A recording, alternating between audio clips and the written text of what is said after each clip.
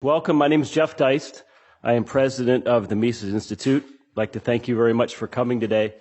And we'd especially like to thank the donor who made this possible today.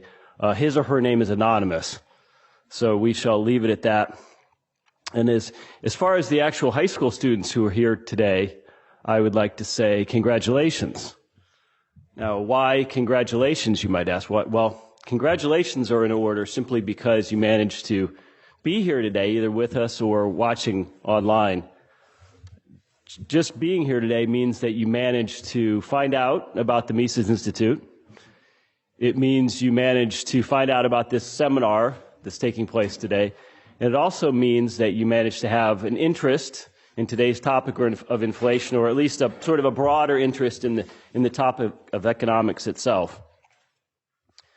It also means that you manage to sift through all the white noise that's out there that bombards you every day, whether websites, games, texts, apps,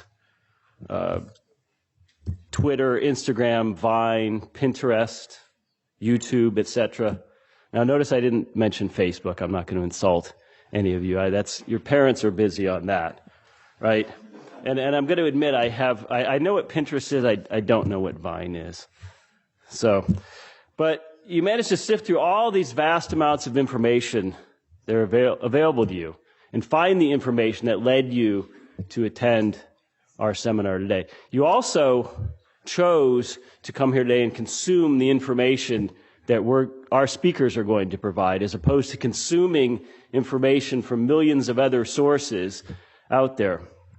So this is really one of the most important challenges you'll face as younger people in today's world, and that's to sift through the noise and discover what's important to you. So kudos on being good sifters. I think just being here today sets you above your peers. But it's interesting, sifting wasn't always the most important part of education. Just getting information used to be the hardest part. Having access to information used to be the hardest part. Now, you could ask your parents about this. It's actually a very dark time in human history, and a lengthy time too. It's called the pre-internet age. And believe it or not, humans went many tens of thousands of years until about the early 90s in the pre-internet age. Now, speaking of sifting through information, I'd like to ask, if I get a show of hands, how many of you are familiar with or have seen the Drudge report online? Okay, so a lot of you have seen the Drudge report. Well, the Drudge report is a news aggregation website, which means its proprietor, Matt Drudge, spends his days going through a vast universe of information and to bring together the news stories that he thinks will be important to his readers, or that his readers will find interesting.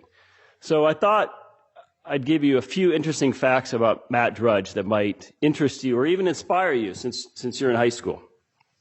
First, he graduated 341st out of 355 kids, young people, in his high school class, and he never attended college. So after high school and this dominating academic performance, he worked at McDonald's, he worked as a telemarketer, and he worked at 7-Eleven in the years following. And by his own account, these are the only jobs for which he was remotely qualified. He started the Drudge Report in the early 1990s with a very simple computer that his father bought him. His father insisted on buying him. And he began the Drudge Report in a one-bedroom apartment. The Drudge Report started out really small. It was just an email to, I guess today we call it a listserv, but it was a blast email he sent out to just a few friends. And he covered topics like political gossip and entertainment and media. And eventually it grew into an email that went out to about 1,000 people. And at that point, he started the actual website we know today as the Drudge Report. So in 1996, before most of you were probably born, he seized on an opportunity to report what was at the time a big story, that Jack Kemp was going to be the vice presidential running mate of Bob Dole for the Republican Party nomination. So this was a big story. And then in 1998, he absolutely scooped the major media of the time by reporting the Monica Lewinsky scandal, that plagued the second Clinton administration. So these stories, among others, sort of catapulted the Drudge Report into becoming a very popular website. It actually made it one of the most highly visited news sources on the internet. So here we've got one guy in an apartment with a computer, and he's rivaling the biggest news organizations in the world. Now, he's never changed the basic design of the Drudge Report. If you look at it, it looks exactly the same as it did in the 1990s. Very simple architecture. But what's not so simple is those little banner ads that are in them, because Mr. Drudge makes more than $1 million annually. So those pop-up ads pay Mr. Drudge some money. And the final thing I'll leave you with about Matt Drudge is that the concept of a news aggregator didn't even exist when he started out. So in that sense, he's almost like Steve Jobs. He created an entirely new product and went out and found a market for it. So Matt Drudge is a very successful guy today, but not in the traditional sense. He's not a doctor or a lawyer. He's not a Wall Street big shot. He is a sifter of sorts, which is what all of you will need to be if you hope to find success in the modern world. You'll have to sift through a lot of irrelevant information to get to what's important to you. And of course, that's why we are so happy and so gratified that you've managed to find, or have already found at this young point in your lives, the Mises Institute. And that's why we hope very much that you will use the Mises Institute as part of your education going forward and as part of your life going forward. So now I realize this is starting to sound, Mark, a little bit like a commencement speech. And it's just supposed to be an introduction. So I'm going to let you in on Matt Drudge's secret, which is simple. His secret to success is simple, but it's not easy.